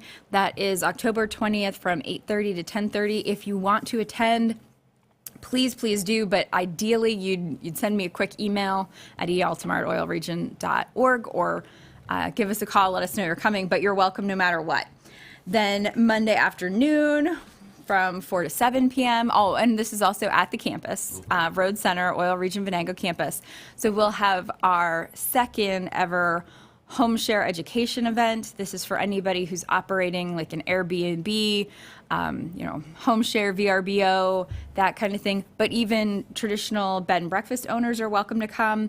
We, again, want to talk about how we market the area for tourism, want to make sure our area lodging partners are connected to the resources that we can offer. And again, we'll have a different representative, Zach Pizak from Pennsylvania Restaurant and Lodging Association, covering the lodging part. So talking a little bit about all those kind of sticky details about, okay, so you have a hotel tax and this is why you have to remit it, and things like insurance and zoning, and all of that varies municipality from municipality, county to county, but we're going to try and at least make sure people are aware of all the different things that they need to be aware of, and then we can start connecting them to the right partners and answers and resources. So we're going to do 2 quick presentations at 4:30 and again at 6:30, but this is kind of an open house style. Come pick up some information, connect with us again, so we know that you're out there, so we can promote your home share, but also so you can see all the different ways that we're promoting the oil region for tourism in general. Again, let me know if you can make it. And then Tuesday morning, we've got realtors coming for our 3rd realtor roundtable, where we bring in folks, specifically realtors and people in that industry, who can talk to us about what is bringing people in from outside of the area, what they're looking for, what's successful, what they're still missing, maybe what amenities we need to think about trying to cultivate in our community to help bring in more folks, and then again to connect them with what we do in terms of promoting the things that make a good tourism destination, which the oil region is. Also connect them to high quality of life. They're the same reasons you want to live in a place or relocate or maybe have a vacation home. And we'll also have Barbara Pierce from Arts Oil City there to talk about the Artist Relocation Program, which has been a huge driver in bringing folks from across the country into our area. That's great. That's awesome. Yeah. We got a lot to do. Well, yeah, and it sounds like what a great way to get on the, everybody on the same page with some things going on. So, yeah, that's great. Yeah, and you've got a great facility now to host events. It makes it so much easier when we have, a big room, and this is something we heard with the Drake Energy Conference too. Just having that campus, like having that campus and being able to have it really be part of the community and open to the community and easy to, to book for events. So not just for us personally, but outside organizations as well. And keep it in mind if you want to do like a holiday party and not just a corporate office party, but like you don't want to clean up your own house. You don't have enough parking. You don't have enough restrooms. You don't have a big enough kitchen. You can rent out the campus and have it there. So think about that as we kind of get into these cooler months. You got to start entertaining inside because you can't be in the backyard anymore. The campus is there. It's open. You just got to contact Seth Herrick and he'll set you up with what you need. Yeah, he was fantastic with some things. Helped us out and just good job. Seth is a great host, and he's got a lot of things going on. So how much of the campus is available? Like if somebody wanted space to rent, is that an opportunity? Well, in terms of like having an office space, there are still spaces available. We've got Montgomery Hall is mostly taken up with, not that they're taking up the whole building, but we've got the adult LPN classes going on there. And that's basically year round because of the schedule they keep. Frame Hall, which was the administrative building, is pretty full now as far as rentable space, but there are some spaces that they're preserving. We were just in a classroom yesterday, a really nice large instructional room that can be rented out more like day-to-day or week-to-week so that we can accommodate those different organizations that say, I want to have a class, or I need just this, the third Tuesday of the month, I need to come in, but I need room for 50 people and I need lecture space. So we have some opportunities like that, sort of more one-off. But then there's also still some office space available. There's the library, and also there's office space in the Rhodes Center, which is kind of the student union building. So there are some spaces if you're looking longer term, but if you're just looking month to month. And then there's also, the Venango Catholic property that has some opportunities too. So definitely, if you have any inkling, whether it's, maybe just for a month or you're looking for a year or indefinitely, reach out to Seth or reach out to us at the Oil Region Alliance, and we will connect you and get you a tour, get you details. And we also have some other office space available here in Titusville in the what locals refer to as Scheide House, the Oil Region Heritage Center. Was that just put up? Sign just went up, I think last week. Nice. So yeah, if you haven't driven by Washington Street, check that out. So there's rentable space there. We've also got some room in the Downs Building in Oil City and some other properties. So definitely, if you're thinking about that in any way, or if you have business development, you need some kind of incubator type support, reach out to us. We've got a lot of great experts in their fields in, kind of under our roof, and everybody's happy to help, and everybody's moving in that same direction of making the oil region as great as it can be. Awesome. Yeah, it is. We're down to a couple minutes. No, actually less than that. But there's just so much. If you go to the Facebook page, Emily, I mean, you guys are promoting a lot of things going on. We didn't even talk about like all the Halloween stuff. You've got the Rock Oil Foliage Frenzy is tomorrow. Woodlawn Cemetery's got fun tours. Franklin Preservation has their Franklinstein tour coming up. That'll be very very limited. It is funny. It's super cute. So that's coming up, I think, next weekend. Scary Tree Acres at 2 Mile, and the Trunk or Treat is next Friday. You may or may not be able to see me there, but you may or may not recognize me. Yeah, I hope you don't recognize me. But there's, so much Halloween stuff going on, still a lot of fall stuff. I'm sure there's things I'm missing, but yeah. Well, you're promoting going on. The upcoming Monte Carlo night, which you'll blink, and it'll be here. It's February. I'd like it to almost March. Almost March. It's, yeah, it is. It's the last day of February. Tickets will go on sale for that soon. If you are a member of the Oil Region Alliance, you'll get early access to those tickets. So that's something to think about too. Another one of those benefits to help you jump in and support us. But there is an event that's open to the public, and we'll keep pushing that too as we get a little bit closer. Awesome. Emily, good to see you. Good to see you too, Luke. Thanks for having me. Almost right before Thanksgiving. Okay, sounds good. Yeah. I smell the stuffing already. Oh, isn't that great? Happy Halloween. Yes, thank you. Same to you.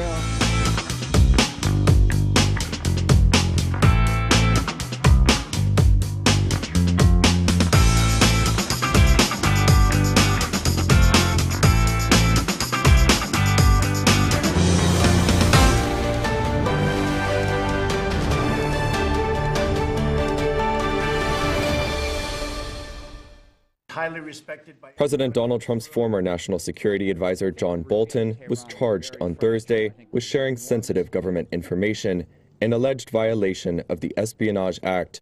The sweeping 18-count indictment accuses Bolton of sharing notes with two of his relatives for possible use in a book he was writing. The shared materials allegedly included more than 1,000 pages of information about his day-to-day activities as national security advisor, including top-secret information. The indictment does not identify the relatives, but two people familiar with the matter said they are Bolton's wife and daughter. Prosecutors also said Bolton failed to disclose that he had stored classified information on an email account that was hacked by a cyber actor tied to the Iranian government after Bolton left government service. Bolton's lawyer denies that he unlawfully shared or stored any information. And in a statement, Bolton said, quote, "I look forward to the fight to defend my lawful conduct and to expose his abuse of power." Trump was asked about the indictment on Thursday. I didn't know that. You tell me for the first time, but I think he's, a bad person. I think he's a bad guy. Yeah, he's a bad guy. It's too bad, but it's the way it goes. The indictment marks the third time in recent weeks the Justice Department has secured criminal charges against one of Trump's critics. In recent months, the president has actively pushed Attorney General Pam Bondi's Justice Department to bring charges against his perceived adversaries, including former FBI Director James Comey and New York Attorney General Letitia James. Inside the Justice Department, according to a person familiar with the matter, the case against Bolton is viewed as stronger than the prosecutions of Comey and James. No court appearance date was listed for Bolton as of Thursday evening. Each count is punishable by up to 10 years in prison if Bolton is convicted, but any sentence would be determined by a judge based on a range of factors. New Directions Community Credit Union is now open in Titusville. They may be new to our community, but they've been serving our region since 1974, providing their members with affordable products and services. Membership is open to anyone who lives, works, worships, volunteers, attends school, regularly conducts business, or who owns a business in Venango, Forest, Warren, or Crawford counties. Visit their new location at 206 South Martin Street in Titusville to learn more about becoming a member. Best of luck to all the students and athletes this fall from New Directions Community Credit Union. Looking for expert orthopedic care? Dr. Charlie Gates, a trusted name at Titusville Area Hospital, can help you regain mobility and a better quality of life. With years of experience and a passion for personalized care, Dr. Gates specializes in treating a wide range of orthopedic conditions. Whether it's joint pain, sports injuries, or orthopedic surgery, trust Dr. Charlie Gates at Titusville Area Hospital for your orthopedic care. Call 814-827-9770 today to schedule your appointment. Vanderhoof Heating and Air Conditioning provides residential and light commercial air conditioning services throughout the area. They understand the importance of your cooling system working properly. That is why you can trust in Vanderhoof to do the job right. Whether it's a non-working air conditioner, yearly maintenance, or a new install, you can be assured that we will solve your problem quickly and efficiently. Your home's air conditioning system is far more than just temperature. It's a complete comfort system that combines temperature, humidity, air quality, and above all, safety. Vanderhoof Heating and Air Conditioning in Titusville. Titusville Market Square is home to over 100 unique vendors featuring antiques, collectibles, candles, coins, baked goods, dairy products, food items, comic books, toys, and so much more. You'll discover something new every time you walk through the door. Did we mention the selection of baked goods, breads, Clark's Donuts, and Amish pies? Titusville Market Square has you covered.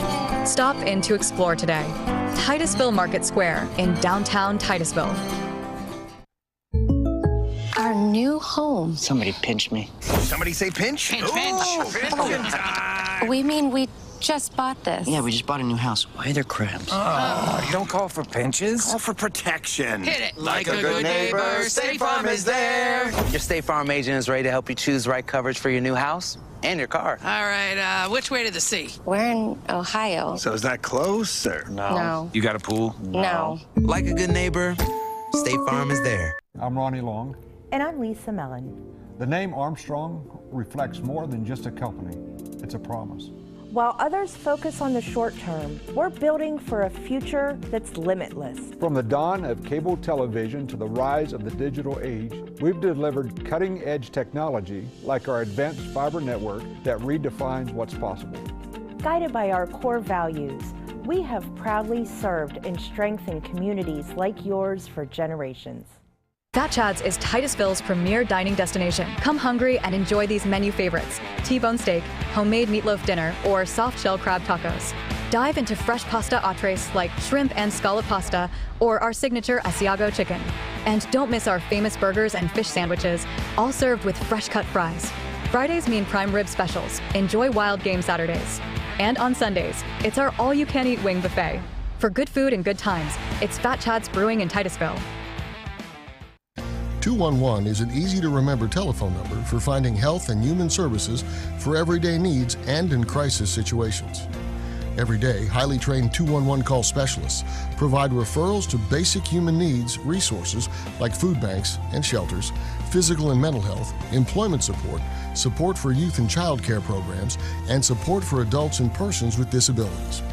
To learn more, dial 211 or visit pa211nw.org.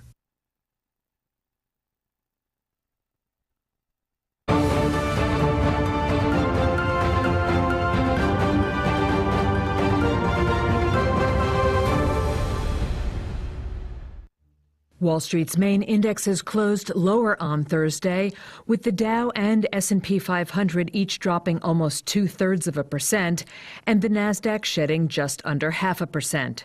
Signs of weakness in regional banks spooked investors. Shares of Zions Bank Corporation tumbled 13% after the lender disclosed an unexpected loss on 2 loans in its California division.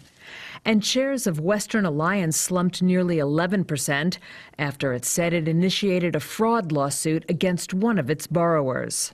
These added to jitters about commercial lending, sparked by the September collapses of U.S. auto parts supplier First Brands and car dealership Tricolor, explains Skylar Wynand, Chief Investment Officer at Regan Capital.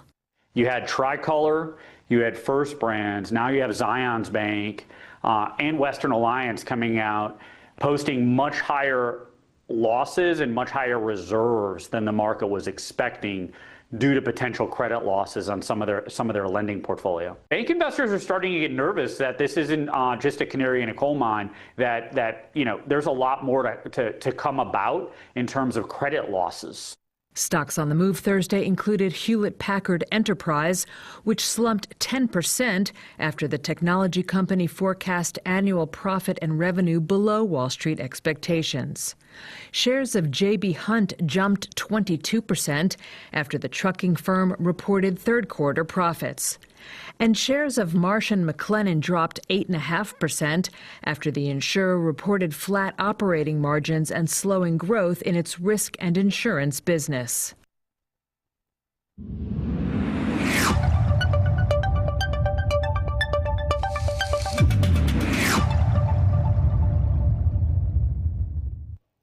Hey, real quick, going to be nice today. Temperatures in the low 60s, maybe a little bit of rain Saturday, Sunday, and then the start of next week. But looking forward to getting into Friday and the weekend. This is the Morning Drill. You're watching it on Stream TV and on the Armstrong Neighborhood Channel.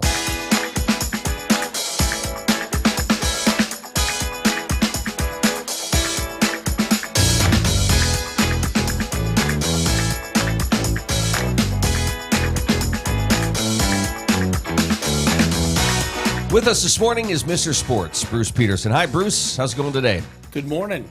I turned my heat on today. House was cold. I said, this is the first you've turned your heat on? Yeah, first, yeah. Wow. Have you been, layering up or what?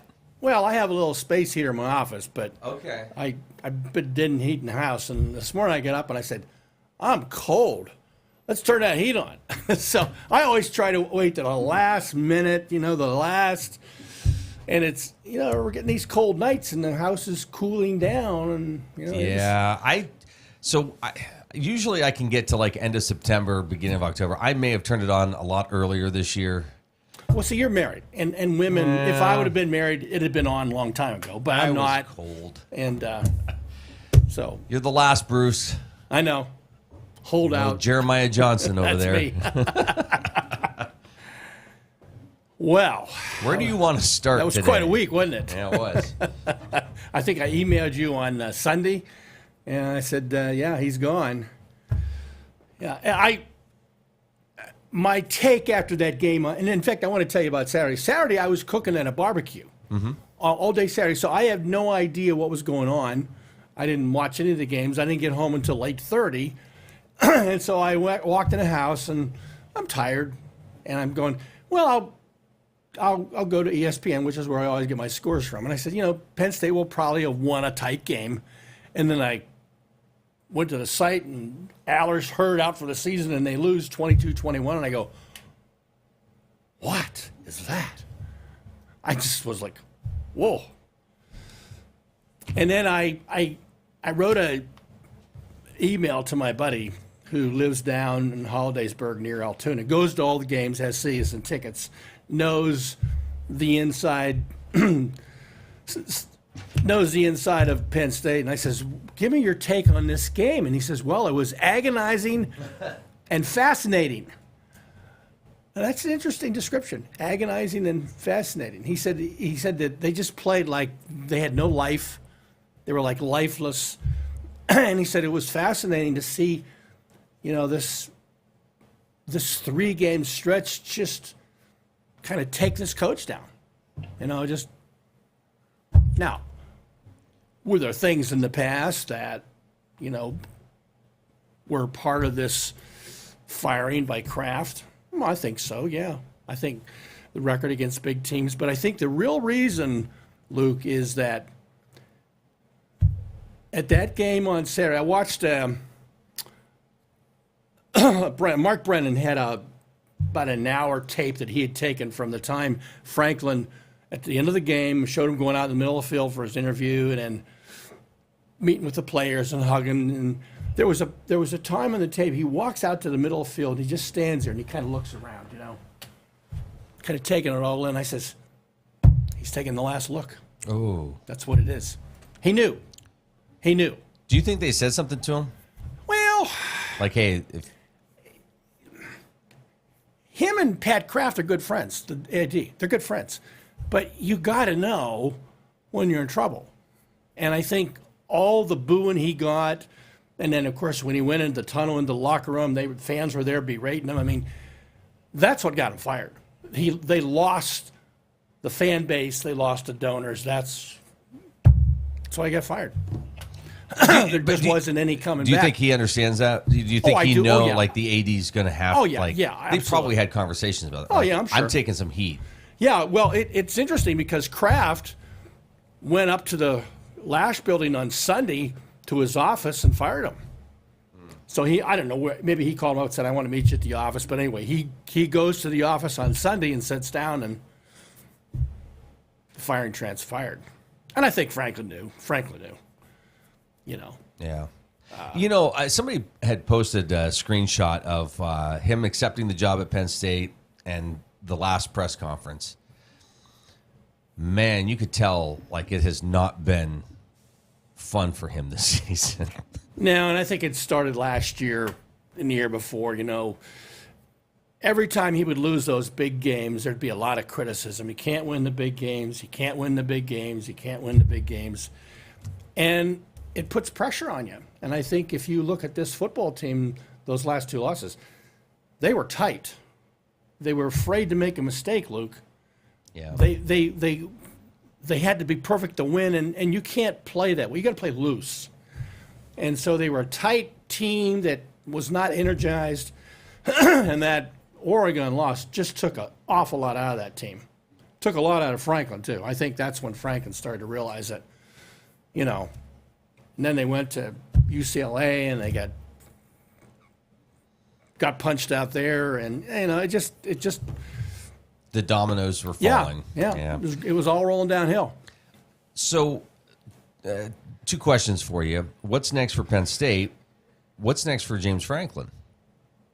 Well, he's going to be on some weekend sports show. It's going to be on one of the weekend. He's going to be on the Saturday weekend sports show for college football. So they've already got him on there as a guest. He'll have a job. He would be smart to just go home and hang out for a while. Just go home. Think through it. Think about, your time at Penn State, what you do different, how you handle things differently. There's sort of been an uproar on campus, I guess, over what the payout is for James Franklin, because you're also the setting of Penn State shutting down some satellite campuses, and now it was said that it's not a university payout. It is an athletic. This is not university this money. Comes out of this athletics. This has nothing to do with campuses or any of that stuff. This is all athletic department money. But you understand the optics part Yeah, I of get it. right? I get it. Now, Front Office Sports posted this, and again, I'm not sure if this is how legit this is. James Franklin is required to look for another job in coaching or broadcasting, according to a copy of his Penn State contract. If Franklin's new job pays him less than the $8 million he's owed annually through 2031, Penn State only owes him the difference. That's what I thought. That's how I thought the contract was structured. Okay. And a lot of contracts are structured like that because, they're saying, okay, we're going to put you out of a job and we're going to pay you, but if you go get another job, then that's going to offset what we owe you. Yeah. And that's pretty standard in these big coaches' contracts. And so are they going to pay out $50 million? Now, maybe 12, 13. And he's going to get another job. Believe me, he's going to get another job. Okay, so that's part of my question. Like, who picks him up when you look at, okay, he can't win big games. What's he... Well, you look at programs that just want to be a winning program. Like somebody said, well, they're like Virginia Tech might be a team, or Wisconsin, or, there's a lot of teams around that they don't aspire to be national championships, but they want to be a winning program. And Franklin can probably get you there. Can probably get you there. Not to pick on the student side of it, but Drew Aller, obviously injured. Out for the year. Out for the year. Here's a guy that last year, a lot of people talking about him. Yep. Performance this year, and then the injury. What's that do to his stock? Well, they said, according to analysts for Pro Football, they said he would have been a first-round draft pick last year. Now, between now and the draft season, a lot of things are going to change. He's probably going to go to one of these places where he'll probably go to Indianapolis and show off his arm and, show him what he could do. And most of this will be forgotten because they're going to look at him. He's a big, strong kid. He can throw the ball. He's smart. He's got a lot of things going for pro football team. He's going to have probably better coaching in the pros. So, yeah, he'll still be a top prospect. And most of this will be forgotten by then. That's months away. That's like 6 months away. Those are light years away. So he'll be fine. He'll be drafted, I'd say, first round, second round for sure, and probably make somebody a good quarterback in time. There'll be a learning curve, but okay, that's my take. All right. What's Penn State doing? Well, there was a list that came out immediately, and I wanted to go over that list. Joe Klatt came up with it, and it was Kirk Signetti, but he just signed a new 8-year, $93 million contract, so he's off the table. Yeah, he just signed it, though. So just signed it. Yeah, I know that Indiana was going, oh, my, they're going to try to take him, so let's give him a big contract. And also Matt Rule, another name on the list, he's also talking about getting more money for Nebraska, so he may be off the table as well. That's another one of the names on the list. The other one is Manny Diaz, a former defensive coordinator. And then a fourth name that Joe Klatt brought up, but I think is interesting, is Brian Hartline. He is a wide receivers coach from Ohio State, highly regarded as a future or college football coach. So now I think Penn State's going to go for somebody young. They're going to go for somebody young, like a Lanning, like some of these young coaches in college football. They want somebody young, has a lot of energy, that's going to really attract young football players, and has a big upside. I think that's what they're going to be looking at. I don't think they're going to bring in an old guy, which is why I didn't know if they'd bring in Signetti or not. But that's over because Indiana's going to keep him to the tune of $93 million. Wow. Yeah, wow. Yeah. Now, obviously, Indiana has some big donors. And because they've never been a football school Well, a year here or there. I remember back in the 80s they had some good teams, but for the most part they've been a bad team. But boy, if you look at this team right now, they're one of the best teams in college football. They're not as good as Ohio State. Ohio State's number one, but they're up there with Miami as for the number 2 team in college football. And they're going to play Penn State, and I don't think Penn State's going to beat them. I just don't think they're going to beat them. In fact, Penn State's going to have a tough time winning any one of the next 3 games. They play at Iowa, they play at Ohio State, they play Indiana at home. I don't see them winning any of those games. Wow. Yeah, wow. Well, you were talking about that last week. Remember, they got a quarterback that's never played before. Not a rookie, but never started before. He's thrown 13 passes in his career. I mean, there's going to be a learning curve, you think? Yeah. It's going to be big against teams like Ohio State and Indiana, which play really good defense. He's going to have a big learning curve. And so I don't see him winning the next 3 games. And then they go on the road to Michigan State. They play Nebraska at home, and then they go to Rutgers. They might not win more than 2 of those games. So fans are going to have to take a step back this season and just take a deep breath and go, okay. Yeah, they're going to have to. Now, I like Terry Smith. He's the interim coach. And Franklin had said, if for some reason I'm not there, he's the guy that should get the job. And I've listened to a couple of interviews. Smart guy, also being considered to be the head coach. I mean, that's what Pat Kraft said. Are they going to rush this, or are they going to see how things play out over? They'll do it at the end of the season. I think what will happen is they don't want to disrupt this team any more than it already is. And Terry Smith is a good coach. He's a smart guy. He will lead them through the rest of the season, but I think they're already talking to people. They're already calling agents. I think they want to have the hire done by, say, maybe a week after the season's over, a couple weeks. They want him in there early December because he's got a lot to do. You know, he's got to get these recruits that maybe have decommitted back on board, and he's got to get ready. And I'm thinking, well, if the record is what it is, they probably won't go to a bowl game, which might be the best thing. That might be the best thing. Well, and you bring up an interesting point, too. Like, how many players are kind of thinking, okay, get me out of here? So there's been a handful of decommits on 27. That's 2 years out. 26 is next year. 27 is the year after. Now, if a good coach comes in, will they recommit? There's a possibility, but you know that teams are out there after these kids. Yeah. Big time. And saying everything they can bad about Penn State, the situation, it's chaotic, and you don't want to go there, and, you know, blah, blah, blah, blah. You know they're saying that. And these are young kids, and they get easily sucked in to this kind of argument. So is it going to affect recruiting? Well, yeah, absolutely. Which no is doubt. probably why they want to get somebody in place. Exactly. You're watching the Morning Drill on Stream TV and on the Armstrong Neighborhood Channel. Mr. Sports, Bruce Peterson with us here this morning. I'm right on the edge of a sneeze. But I'm okay. If it comes, I'll let you know. Sounds good. So I'm pretty sure we'll know. Yeah, if I go, oh, you'll know it's coming. So I don't know. I feel bad for Penn State. I feel bad for James Franklin. I feel bad for the football team. He was popular. Players liked him. On that Mark Brennan tape, I mean, a lot of players came up and embraced him. He was very popular. In fact, Terry Smith was asked, what's the biggest problem that they're going to have now? He says they're in shock.